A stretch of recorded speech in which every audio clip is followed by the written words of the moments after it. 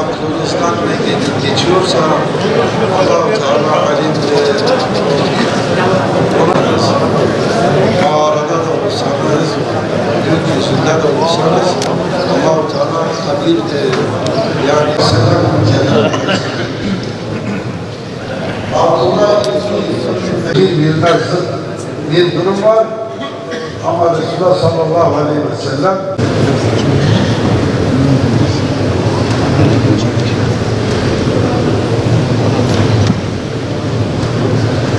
Peygamber Efendimiz sallallahu aleyhi ve sellem de buyururlar ki ben size orucun sevabından, namazın sevabından, sadaka verilmenin sevabından daha faziletli olacak, sevabı daha çok olacak bir şey haber vererek insanların arasını kurmak, insanları barıştırmaktır.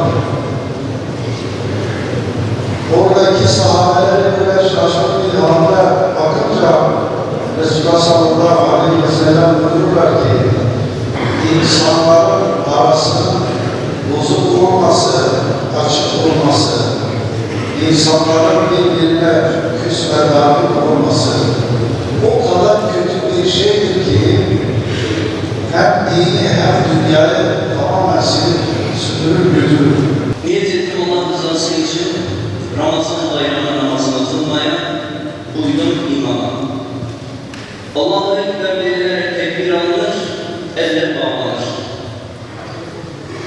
Subhaneke okunur, Subhaneke'den sonra 3 defa. Allahu Ekber, eller yukarıya, yanlara 1. Tekrar Allahu Ekber, eller yukarıya, yanlara 2. Tekrar Allahu Ekber, eller yukarıya, 3. tekbirde eller bağlanır. Fatiha zaman sonra okunur, rükû secdeler yapılır, 2. rekâta kalkılır, kalkılmaz. Fatiha zaman sonra okunur, tekrar Allahu Ekber, eller yukarıya, yanlara 1. Eller yukarıya, yanlara 2, eller yukarıya, yanlara 3, 4. tekbirde rükûya vardır, secde yapılır, secdeler. İnşallah namazınız tamamlanmış olur. Allahu Ekber. Allahu Ekber. Allahu Ekber. Elhamdülillahi Rabbil alemin.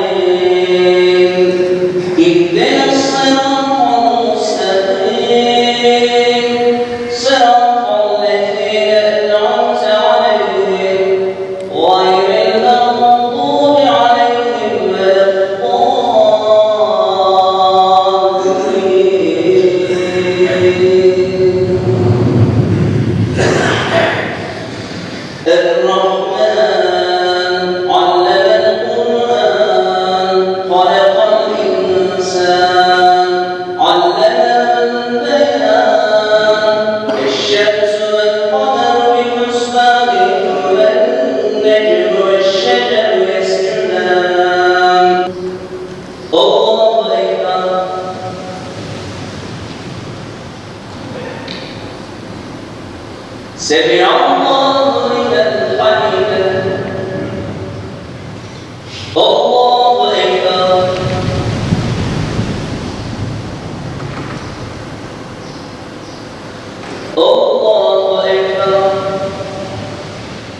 الله أكبر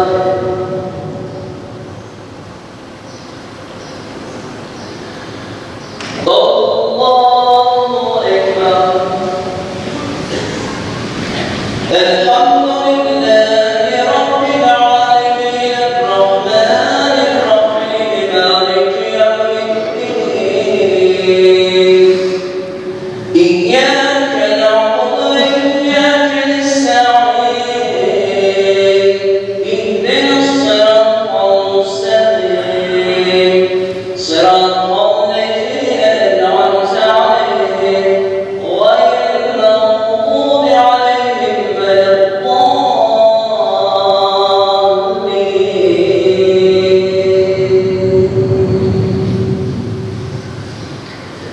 كأنهن الياقوت والمرجان فبأي آلاء ربكما تكذبان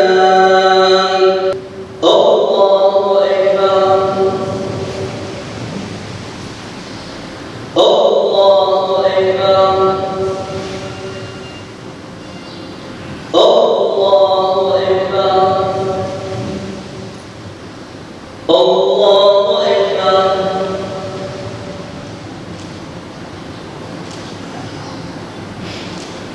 سمع الله لمن حمده الله أكبر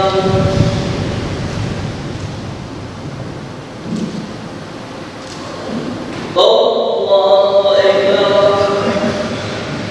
الله أكبر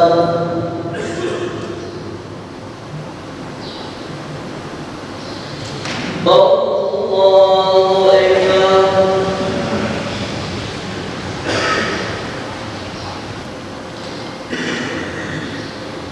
السلام عليكم ورحمة الله السلام عليكم ورحمة الله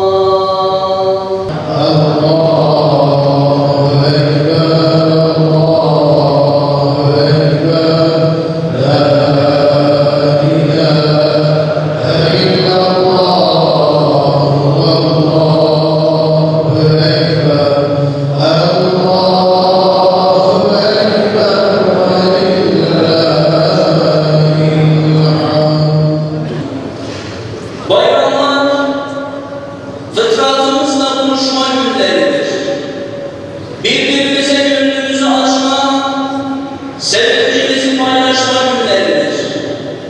Kardeşliğimizi pekiştirme, yüreklerimizi birleştirme günleridir. Bayramlar dinleri, renkleri ve coğrafyaları farklı, imanları, gönülleri ve duaları aynı Müslümanların vahdet şuuruna ettiği anlardır. Aziz kardeşlerim, her nimet gibi bayramlarda şükür vesilesidir. O halde şükrümüzle tüm varlığın ve nimetin kaynağı olan yüce yaratıcımıza yakınlaşalım. Bizi, anne babamızı, tüm müminleri bağışla.